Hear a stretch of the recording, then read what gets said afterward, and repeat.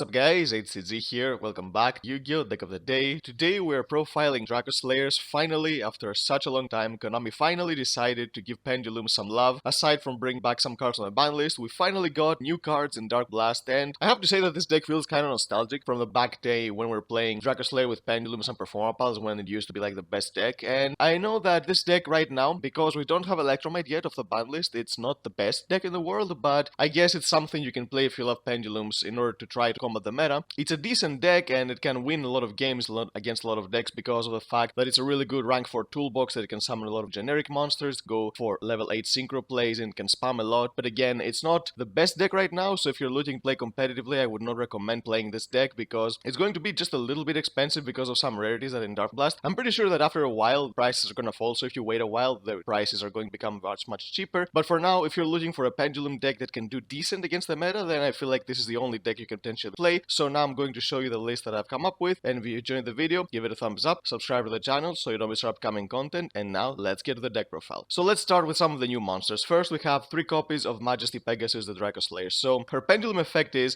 that if you have a Dracoslayer or a Magispector card in your other Pendulum zone, you can add a Dracoslayer Pendulum monster with a different original name from your deck to your hand, and then you can destroy a card in your Pendulum zone, so she can help you adjust your hand when you put her in the scale. But the main effect you want her for is her monster effect, because when she's summoned, she can search a field spell when she's summoned by a Dracoslayer's card effect, or if you Pendulum summon her. So you can search any field spell in the game, which can help you lock your opponent with very different field spells, and also she has a quick effect that you can discard her, and for the turn she makes all your Dracoslayer monsters untargetable and they cannot be destroyed by card effects. And she's also treated as a Magispector card, which is important because we do play Bunbuku in the deck, so we can search her with a lot of different ways. So yeah, this is the best piece of support that we got. She is the card that is going to help you facilitate your plays. She's going to search your field spells that are going to lock your opponent. She protects your monsters, and she's much more searchable than all the other cards. So yeah, she's an amazing card overall. We have 3 copies of Ignis Fixed Dracoslayer. Phoenix is a card that its Pendulum effect doesn't matter too much because it searches Dracoslayer monsters that are not Pendulum monsters, and we don't play any of those in deck. But you care about its monster effect because if it's destroyed by battle or card effect, you can special summon a Dracoslayer or an Ignite monster from your deck. So it's treated as an Ignite, it doesn't matter too much. The only extra treatment of a card that matters is Majesty's Pegasus effect that is treated as a Magispector. The other 2 are Ignites and Dynamist, which you don't care much about the deck. But the thing is, when you combine this card with something like a Luster Pendulum or Master Pendulum, you pop it in the scale and then you can special summon something with the deck. Your Luster is going to search you another copy of this card. So yeah, this card is really good, and making your monster treated as a tuner means that going second, you can go for cards like Ignister Prominence. You can also going first for cards like Borlord Savage Dragon to get more interruptions. An amazing card overall again. And the last of the new monsters that we got is 3 copies of Dynamite Powerload Dracoslayer. So in the scale, you can target a Dracoslayer or a Dynamite card in your Pendulum zone and you special summon it. So you can use this effect to special summon your Majesty Pegasus from the scale and then start using her effect to search. And on the monster, if this card is distributed, you can add a face-up Dracoslayer or a Dynamite Pendulum monster from your extra deck hand. It's not an effect that you're going to use, but again, you only care about its Pendulum effect being able to special summon from your other scale. Now, for some older cards, we have 3 copies of Luster Pendulum and Dracoslayer. This is the best Dracoslayer that we had back in the day because it's one that it can destroy the scale you have on the other Pendulum scale and then search the same copy of that card from deck, and then it's going to trigger a lot of effects while giving you pluses. If you combine these cards like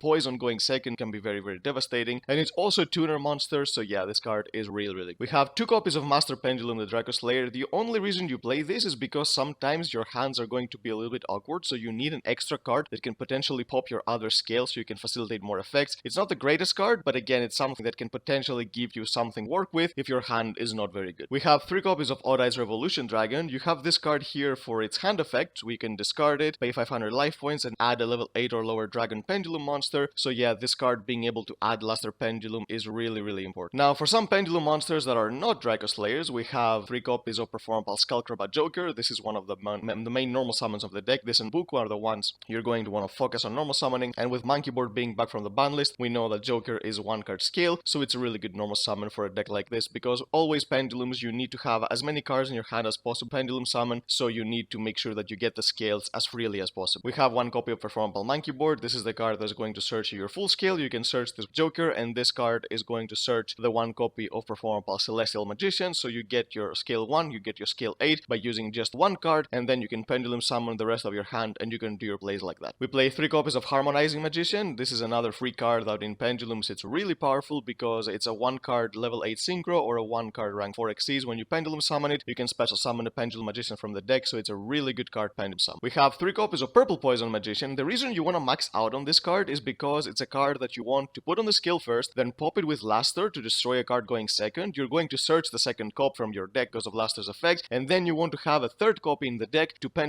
when you Pendulum Summon your Harmonizing, so you can have something to summon from the deck, because you want to have your Celestial Magician in the skill most of the time, so you need this card in the deck, and also you don't really want to play anything else like a Black Fang or a Double Iris. You don't have a lot of space in the deck to play cards like this, to play Pendulum Graphs, and you don't really need them, so this is why you need to max out on this card. We play 1 copy of Astrograph Sorcerer. This card, when you can't add it, but when you can have it in the hand, and then you can destroy one of your scales, effect like a Master Pendulum or a Luster Pendulum, being able to search the card again, and you're going to special summon this from the hand. You get a free body on the field that you're going to use for Beyond the Pendulum, and you can also get another search, so whenever you draw this card, your plays are going to come much more strong. We have 3 copies of Bumbuku, because again, Majesty Pegasus is always treated as a Magispector card, so when you summon this card, you're going to search your Majesty Pegasus, which is one of the main win conditions of the deck, because you need to search your field spells. And the last of the monsters we play are not Pendulum monsters, but they're really good cards, so we have 2 copies of Bestial Magnamut, because you can use a lot of light and dark monsters in the deck, and when you detach them from materials, or when you discard your Odd-Eyes Revolution Dragon from the hand, they will go to the graveyard even though they're Pendulum monsters, and you can use this card as an extender, or if your opponent has a monster, you can use some of their own monsters from the grave to summon this card, and can also add a dragon during the end phase, which is not just the bestial cards now, because we do play Dracoslayer, so you can search a dragon during the end phase, but we also play 1 copy of Bestial Druid Worm, because you can search this, and going second, this card can be a really good disruption, because when you summon it, and when you link it away, or use it for something and it goes to the grave, you can destroy one of your opponent's special summoned monsters, so yeah, this card is really. For the spell cards, we played 2 copies of Duelist Alliance, mainly to search Luster Pendulum, because Luster Pendulum is so important for the deck. All your plays become much less powerful if you don't have Luster, so you need to be able to search it ASAP. And the rest of the 3 spells that we have in the deck are 3 different field spells. We can search Majesty Pegasus. The first one is the 1 copy of Sky Iris, because we can use this to search our Odd-Eyes Revolution Dragon and pop one of our own cards in the process. We play 1 copy of Secret Village. If you know that your opponent is playing a spell-based deck, for example, something like a Runic deck, then you can